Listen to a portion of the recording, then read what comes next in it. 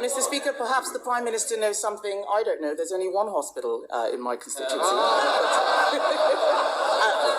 But Mr. Speaker,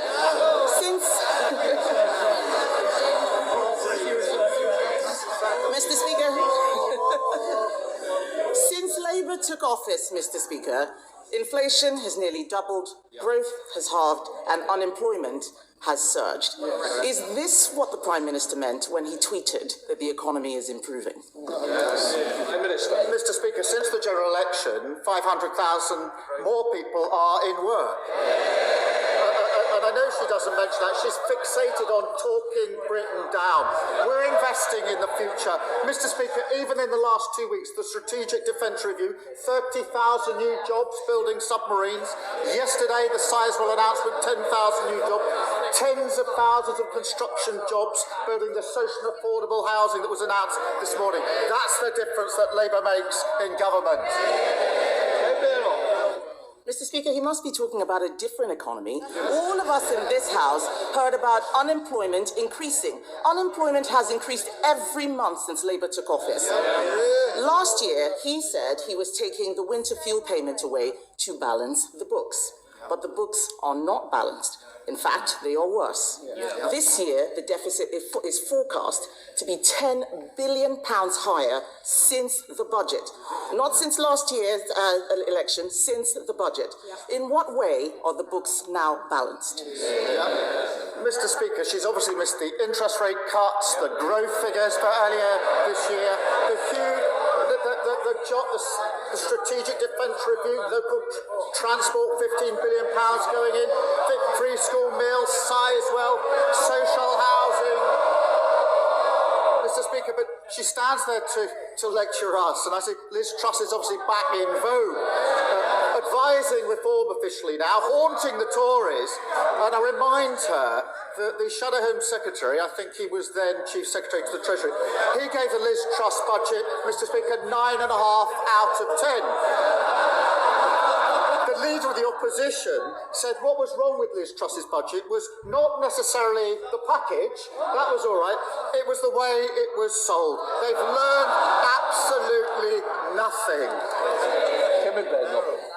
Mr. Speaker, he loves talking about Liz Truss because he loves talking about Liz Truss. Why? Because he wants to hide from his own economic record. He's a coward. Every time he stands up there and talks about Liz Truss, it's because he is scared about talking about his record and what is happening to the economy out there. Let's bring it back to the U-turn, which he's running away from. A U-turn on a policy that his MPs went out defending time and time again. Let's go through what's happening here. 1 minute, they said it was right to take the winter fuel payment away, that there might be a run on the pound. The next minute, they said it was right to give it back. This is laughable. He stands there all puffed up and self-righteous. Why can't the Prime Minister just admit that he made a mistake?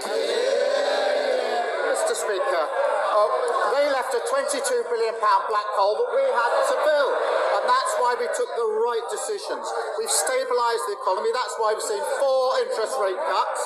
The triple lock is committed to on this side. They say it's unsustainable on that side. That's £470 for most pensioners and good Q1 growth. 3 weeks ago, I said that I wanted more pensioners to be eligible for winter fuel. I'm really pleased. We set out the threshold of the certainty that is needed.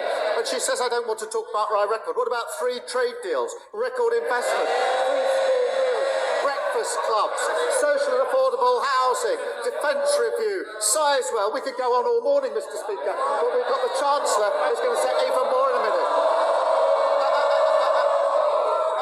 Mr. Speaker, I think she at the weekend said that she would be getting better in the role.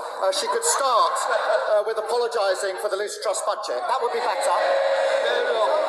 Mr. Speaker, I get better every week. He gets worse. Yes, he gets worse. Last week, Mr. Speaker. If you think that is a good look, it is a very bad look. I think twice before you try to shoot somebody down in that way. Mr. Mr. Speaker, last week he had to get his lines from the Russian embassy. I think we all know that he is getting worse, and what he does not want to talk about is how he is going to make the economy better.